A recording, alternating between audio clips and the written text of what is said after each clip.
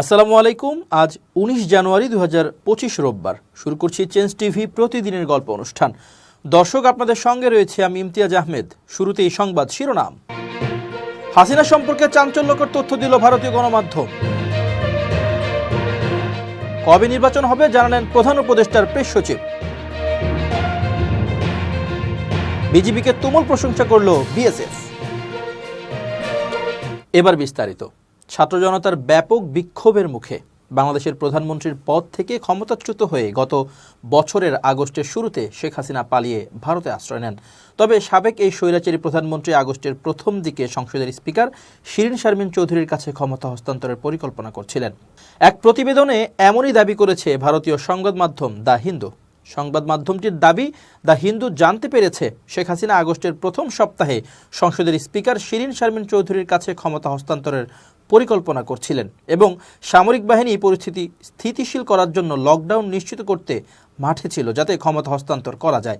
এদিকে ভারতীয় এই পত্রিকায় একান্ত সাক্ষাৎকার দিয়েছেন হাসিনার ক্ষমতাচ্যুত সরকারের সাবেক শিক্ষামন্ত্রী মহিবুল হাসান চৌধুরী নওফেল। তিনি দাবি করেছেন, আমরা সে সময় গণভবনে উপস্থিত ছিলাম এবং ক্রমাগত এই পরিকল্পনাই করছিলাম যে কিভাবে ছাত্র বিক্ষোভের সমাধান করা যায়।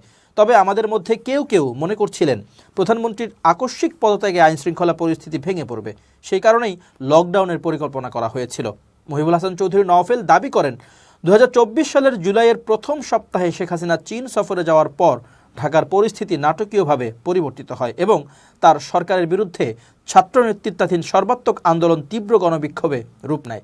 ছাত্ররা যখন এক দফা দাবি শেখ হাসিনার পদত্যাগ দাবি করে, তখন মহিবুলকে বৈষম্য বিরোধী ছাত্র আন্দোলনের ছাত্র সমন্বয়কদের সাথে আলোচনা করতে বলেছিলেন হাসিনা।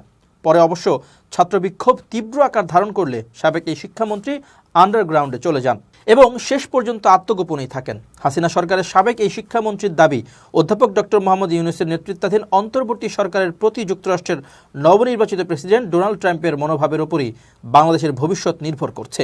গত বছরে 5 আগস্ট ছাত্র জনতার গণঅভ্যুত্থানের মুখে ভারতে পালিয়ে যান শেখ হাসিনা। তিনি বর্তমানে সেখানেই অবস্থান করছেন। ইতোমধ্যেই বৈষম্য বিরোধী ছাত্র আন্দোলন চলাকালে জুলাই ও আগস্টে সংগঠিত গণহত্যার অভিযোগে হাসিনার বিরুদ্ধে গ্রেপ্তারি পরোয়ানা জারি করেছে আন্তর্জাতিক অপরাধ ট্রাইব্যুনাল। এছাড়া গুমকাণ্ড এবং জুলাই আগস্টে গণহত্যার সঙ্গে যুক্ত থাকায় আইনশৃঙ্খলা বাহিনীর সদস্য সহ সম্প্রতি মোট 97 জনের পাসপোর্ট বাতিল করেছে বাংলাদেশ। এর মধ্যে সাবেক প্রধানমন্ত্রী শেখ হাসিনার নামও রয়েছে। এর আগে গত বছরের আগস্টেই হাসিনা সহ তার মন্ত্রিসভার সকল মন্ত্রী এবং সংসদ সদস্যের লাল পাসপোর্ট বাতিল করা হয়। প্রধান নির্বাচন commissioner CEC AMM Nasir Uddin বলেছেন, আমরা রাজনীতির মধ্যে ঢুকতে চাই না। অন্তর্বর্তী সরকারের প্রধান উপদেষ্টা ডক্টর মোহাম্মদ ইউনূসের ঘোষণা করা সময়সীমা মাথায় রেখে নির্বাচন কমিশন ইসি নির্বাচনের জন্য কাজ করে যাচ্ছে। রোববার সকালে নির্বাচন ভবনে জাতিসংঘ উন্নয়ন কর্মসূচি ইউএনডিপির পক্ষ থেকে ইসিকে ল্যাপটপ ও স্ক্যানার হস্তান্তর করা হয়। এই অনুষ্ঠানে সাংবাদিকদের প্রশ্নের জবাবে সিইসি এসব কথা বলেন। বিএনপির পক্ষ থেকে জুলাই আগস্টের মধ্যে নির্বাচনের দাবির বিষয়ে এক প্রশ্নের জবাবে সিইসি বলেন, আমরা রাজনীতির মধ্যে ঢুকতে চাই না। আমরা আইন কানুন বিধিবিধান সিস্টেমের মধ্যে থাকব। আমরা চাই যে স্ট্রেট সবাই ফ্রি ফেয়ার গেম উপহার দিতে চাই। All players can play under the rules of the game, এমন পরিবেশ সৃষ্টি করতে চাই। নির্বাচনের সময়সীমা নিয়ে এএমএম নাসির উদ্দিন বলেন, মাননীয় প্রধান উপদেষ্টা ঘোষিত যে সময়সীমা, ওটাকে মাথায় রেখে আমরা কাজ করছি। সিইসি বলেন, ভোটার তালিকা কার্যক্রমে সহযোগিতার জন্য আমরা ইউএনডিপির কাছে অনুরোধ জানিয়েছিলাম। তারা খুব দ্রুত সময়ে সহায়তা করেছে। আমরা পুরো নির্বাচনী প্রক্রিয়ায় তাদের সহযোগিতা চাই। আমাদের মতো তারাও একটি সুষ্ঠু নির্বাচন দেখতে আগ্রহী। এএমএম নাসির উদ্দিন বলেন, ইউএনডিপি কমিশনকে কারিগরি সহায়তা একটা নিড অ্যাসেসমেন্ট টিম পাঠিয়েছে। তারা ল্যাপটপ, ক্যামেরা, স্ক্যানার ও ব্যাগ হস্তান্তর করেছে। প্রধান উপদেষ্টার প্রেস সচিব শফিকুল আলম বলেছেন, প্রধান উপদেষ্টা নির্বাচনের দুটো সময় ঘোষণা দিয়েছিলেন। যদি কম সংস্কার হয় সেক্ষেত্রে ডিসেম্বরের মধ্যে নির্বাচন হবে। যদি রাজনৈতিক দলগুলো মনে করে অন্তর্বর্তীকালীন সরকার দিয়ে আমরা আরও বেশি কিছু সংস্কার করিয়ে নেব, সেক্ষেত্রে 2026 সালের জুনে নির্বাচনের কথা উনি বলেছেন। সত্যিকার অর্থে আমরা যে খুব বেশি সময় নিচ্ছি তা তো না, খুবই যুক্তিযুক্ত একটা সময়ের কথা প্রধান উপদেষ্টা বলেছেন। রোববার সকালে কৃষি সাংবাদিকতা বিষয়ক প্রশিক্ষণ উদ্বোধন শেষে এসব কথা বলেন তিনি।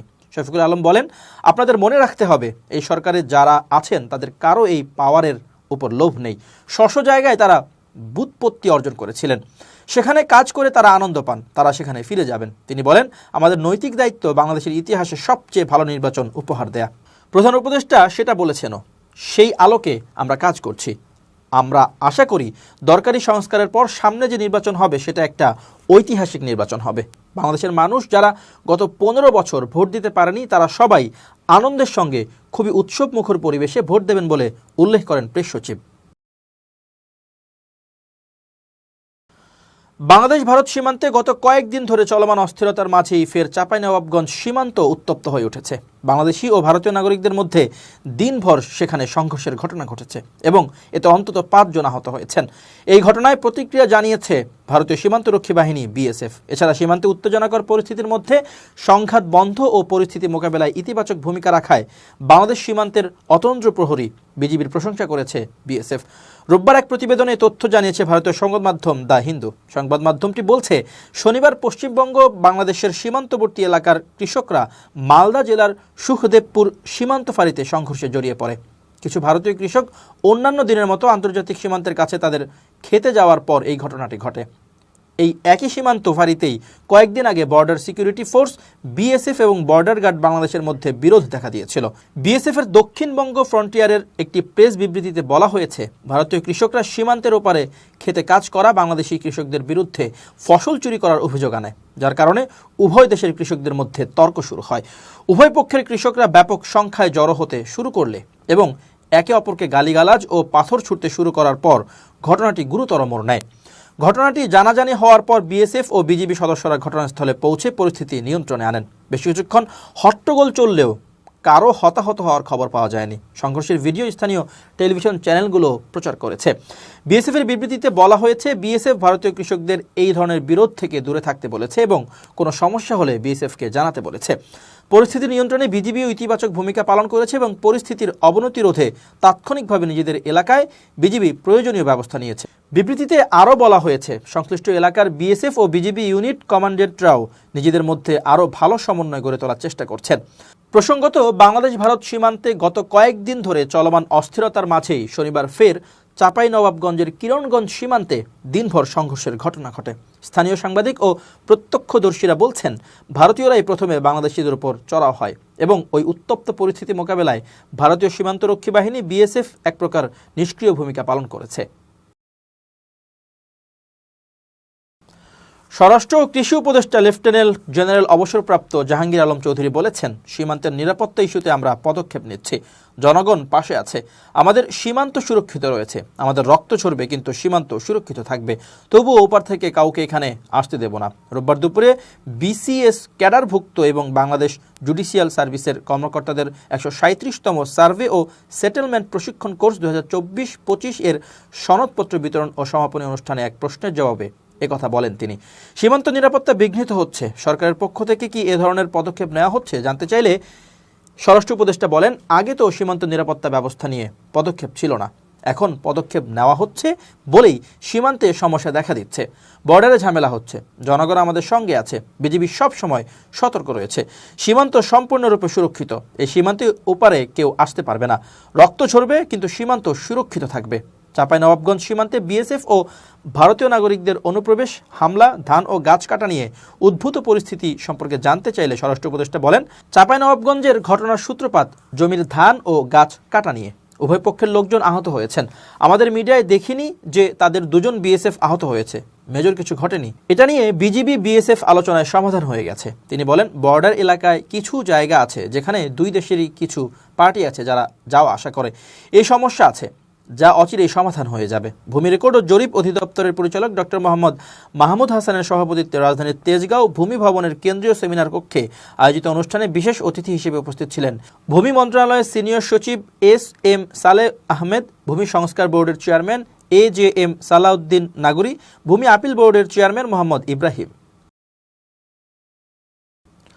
সংস্কারের সঙ্গে নির্বাচনের কোনো বিরোধ নেই, দুটো একসঙ্গে চলতে পারে বলে মন্তব্য করেছেন বিএনপির মহাসচিব মির্জা ফখরুল ইসলাম আলমগীর। তিনি বলেন, রাজনৈতিক দলগুলোর সঙ্গে আলোচনা করেই সংস্কার কমিশনের রিপোর্ট চূড়ান্ত হবে। রোববার শেরেবাংলা নগর বিএনপির প্রতিষ্ঠাতা জিয়াউর রহমানের কবরে শ্রদ্ধা নিবেদন শেষে তিনি এসব কথা বলেন। জিয়াউর রহমানের 89তম জন্মবার্ষিকী উপলক্ষে দলের সিনিয়র নেতাদের সঙ্গে নিয়ে শ্রদ্ধা জানান তিনি। মির্জা ফখরুল ইসলাম বলেন, 4 সংস্কার কমিশন যেসব সুপারিশ দিয়েছে তা বাস্তবায়নে রাজনৈতিক দলগুলোর ঐক্যমত প্রয়োজন। ঐক্যমত ছাড়া এসব সুপারিশ বাস্তবায়ন করা সম্ভব নয়। রাজনৈতিক দল, ছাত্র সংগঠন এবং সরকারের সহযোগিতা ছাড়া সুপারিশ বাস্তবায়ন করা সম্ভব হবে না বলেও মন্তব্য করেন বিএনপি মহাসচিব। মির্জা ফখরুল বলেন, বিএনপি সংস্কারের বিপক্ষে নয়, বিএনপি বহু আগ থেকেই সংস্কারের কথা বলে আসছে। নির্বাচনের পর জনগণের ভোটে যারা নির্বাচিত হবে তারা সংস্কারের বাকি কাজগুলো শেষ করবে। বিএনপি মহাসচিব বলেন, বিএনপির প্রতিষ্ঠাতা জিয়াউর রহমানের 89তম জন্মদিন উপলক্ষে তার কবরস্থান নিবেদন করতে এসেছে। বাংলাদেশ বিনির্মাণের জিয়াউর রহমান যে স্বপ্ন দেখতেন তা বাস্তবায়নে কাজ করবে বিএনপি। মির্জা ফখরুল বলেন, জিয়াউর রহমান তার শাসন আমলে বিভিন্ন ধরনের পরিবর্তন এনেছিলেন। কৃষিতে বিপ্লব সাধন করেছিলেন এবং শিল্প কারখানা বিপ্লব সাধন করেছিলেন। এবার খুব জরুরি 1 মিনিট জানাচ্ছেন ইউনেস্কো ক্লাব পুরস্কার বিজয়ী সাংবাদিক আমিরুল মোমিনিন মানিক। খুব জরুরি 1 মিনিটে প্রত্যেককে আমন্ত্রণ। প্রিয় বন্ধুরা, জীবনের 2টি গুরুত্বপূর্ণ বিষয় হচ্ছে, প্রথমত নিজের আত্মসম্মান ধরে রাখুন, দ্বিতীয়ত নিজেকে ছোট ভাবুন। প্রিয় বন্ধুরা, অনেক সময় আমরা নিজেকে নিজের অবস্থানে এমনভাবে দাঁড় করাই যে মানসিকভাবে জটিলতার মধ্যে পড়ে যাই। কিন্তু আপনি যদি মনে করেন যে না, আমি একজন সাধারণ মানুষ, স্বাভাবিক কাজকর্ম পরিচালনা করতে আমার কোনো সমস্যা নেই, তাহলে এই জটিলতার মধ্যে পড়বেন না। যখনই আপনি নিজেকে মনে করবেন অনেক কিছু, বড় হয়ে গেছেন, বিশাল ব্যক্তিত্ব, তখন নানা কিছু করতে গিয়ে আপনার মধ্যে একটা দ্বিধার পর্দা তৈরি হবে। সুতরাং আসুন নিজেকে আমরা ছোট ভেবে জীবনকে স্বাভাবিক রাখি। দ্বিতীয় বিষয় হচ্ছে আত্মসম্মান বজায় রাখা। হ্যাঁ, এই পৃথিবীর অনেক কাজ আছে যেগুলোতে আপনার আত্মসম্মান ক্ষুণ্ণ হতে পারে। যেমন কাউকে অনুরোধের নামে বিরক্ত করা, বারবার ধর্ণা দেয়া, এতে আত্মসম্মান ক্ষুণ্ণ হতে পারে। এতে আপনি হয়তো ভাবতে পারেন যে আপনার কাজটি হয়ে যাবে বারবার অনুরোধের কারণে, কিন্তু না। আপনি যদি আপনার আত্মসম্মানকে বজায় রেখে আপনি আপনার বক্তব্য উপস্থাপন করেন, তাহলে ওই বারবার অনুরোধের চেয়ে বরং এটা অত্যন্ত গুরুত্বপূর্ণ, দামি এবং কার্যকর হতে পারে। সবাই ভালো থাকবেন, শুভেচ্ছা নিরন্তর। এবার দেশের বাইরের প্রসঙ্গ। ইসরায়েলের প্রধানমন্ত্রী বেনিয়ামিন নেতানিয়াহু রোববার ঘোষণা করেছেন, স্থানীয় সময় সকাল 8:30 থেকে কার্যকর হওয়া যুদ্ধবিরতি মুক্তিপ্রাপ্ত পণবন্দীদের নামের তালিকা হামাস না দেয়া পর্যন্ত শুরু হবে না। নেতানিয়াহুর কার্যালয় এক বিবৃতিতে জানায়, প্রধানমন্ত্রী ইসরায়েলি প্রতিরক্ষা বাহিনীকে নির্দেশ দিয়েছেন যে সকাল 8:30 থেকে কার্যকর হওয়া যুদ্ধবিরতি শুরু হবে না যতক্ষণ পর্যন্ত হামাস ইসরায়েলকে মুক্তিপ্রাপ্ত পণবন্দীদের নামের তালিকা না দেবে। দীর্ঘ 15 মাসের বেশি সময় ধরে চলমান বিধ্বংসী যুদ্ধের অবসানের দিন দুয়েক আগে ফিলিস্তিনের গাজায় যুদ্ধবিরতির ঘোষণা দেওয়া হয়েছে। রোববার থেকেই সেখানে যুদ্ধবিরতি কার্যকর হওয়ার কথা রয়েছে। তবে যুদ্ধবিরতি কার্যকরের আগেই দেখা দিয়েছে জটিলতা। হামলা চালিয়ে যাওয়ার ঘোষণাও দিয়েছে ইসরায়েলি সামরিক বাহিনী আইডিএফ মুখপাত্র ড্যানিয়েল হাগারি এক সংবাদ সম্মেলনে বলেছেন, হামাস যুদ্ধবিরতি চুক্তি মেনে না চলায় গাজা উপত্যকায় হামলা চালিয়ে যাচ্ছে। তিনি বলেন, আজ সকাল পর্যন্ত হামাস যুদ্ধবিরতি চুক্তি মানছে না এবং চুক্তির বিপরীতে গিয়ে তারা ইসরায়েলকে আজকে মুক্তিপ্রাপ্ত পণবন্দীদের নাম দেয়নি। তিনি আরও বলেন, প্রধানমন্ত্রীর নির্দেশ অনুসারে যতক্ষণ না হামাস তার বাধ্যবাধকতা পূরণ না করে ততক্ষণ পর্যন্ত যুদ্ধবিরতি কার্যকর হবে না। হামাস চুক্তির প্রতি তাদের বাধ্যবাধকতা পূরণ না করা পর্যন্ত আইডিএফ গাজায় হামলা চালিয়ে যাচ্ছে। তবে নেতানিয়াহুর ঘোষণার কিছুক্ষণ পরেই হামাস যুদ্ধবিরতির প্রতি তাদের প্রতিশ্রুতি নিশ্চিত করে একটি আনুষ্ঠানিক বিবৃতি প্রকাশ করে। বিবৃতিতে বলা হয়, কারিগরি সমস্যার কারণে মুক্তিপ্রাপ্ত পণবন্দীদের তালিকা প্রকাশে দেরি হচ্ছে। দর্শক, শেষ করছি প্রতিদিনের গল্পের আজকের গল্প। changetv.press বাংলাদেশের ইউটিউব জার্নালিজমের অগ্রদূত। ভিজিট করুন এর ওয়েবসাইট www.changetv.press, youtube.com/changetvpress এবং সাবস্ক্রাইব করুন চ্যানেলটি। নিয়মিত লাইক, কমেন্ট ও শেয়ার করে আপডেট রাখুন নিজেকে। ভালো থাকুন, নিরাপদে থাকুন, শুভেচ্ছা নিরন্তর। changetv.press, এক ফোঁটা হলুদও নেই।